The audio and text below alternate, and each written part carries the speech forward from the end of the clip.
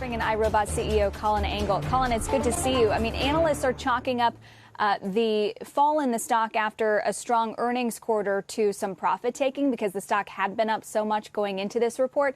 What do you make of the response by investors after what you reported yesterday?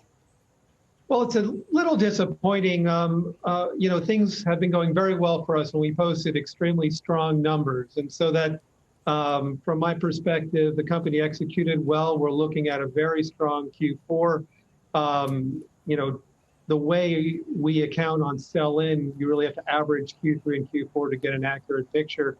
And it's a good news story. So maybe it was profit-taking, but certainly we've got a lot of momentum behind us moving into Q4 and next year.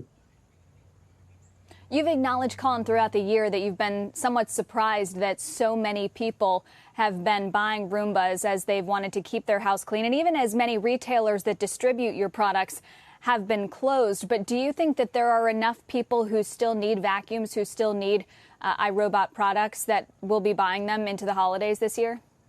Oh, absolutely. And penetration rates in the household marketplace is still just around 10%. And so that what we're seeing is a wholesale disruption of how people vacuum.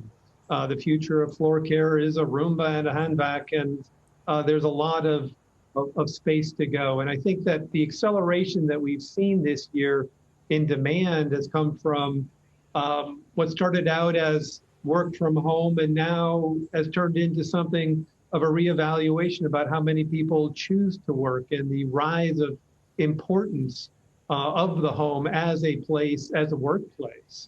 So we're at the still early days from the perspective of what robots are going to do for our homes, and relatively early days still for Roomba.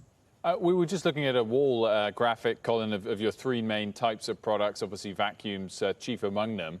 And you mentioned you think there's more scope for penetration just of those products. But how many of the household products are you working on to add robotics and automation to? I guess some of them can't be made automated, but how many? Is this just the tip of the iceberg, these first three products, or are there only a handful more to come in due course?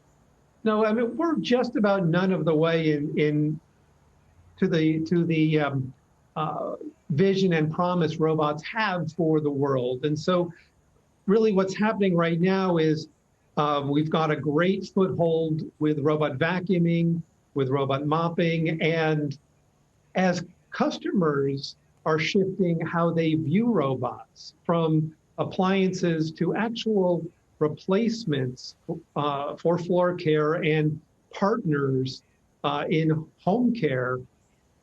The most interesting part of the industry right now is addressing how do you make a machine to be a better partner with the owner of that machine? How do you give the owner more control over what, where, and how the robot works? Because that needs to be solved in order for us to give more higher value work to the robot. So with our latest robots, you can actually say clean around the kitchen table and the robot knows what to do. And so that level of precision is exciting, and certainly we have a long way to go.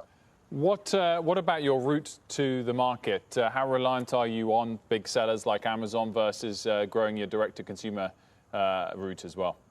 That's definitely a synergy, but as the robots learn more about the home so they can be a better partner, so they can understand what the kitchen table is, it creates an opportunity for us to transact directly with the customer. And so that used to be a fairly small part of our business. It grew 155% in the third quarter, and we see it as a major value driver for the stock on a go-forward basis. We think that once you come into the franchise, once the robots start to figure out how you like to clean your home and really what your own personal preferences are, the fact that the robot can deliver on that promise with the trust required to make it all work, you're going to stay with us for a long time and be a customer not only for Roomba, but for other things to come. Shepard Smith here. Thanks for watching CNBC on YouTube.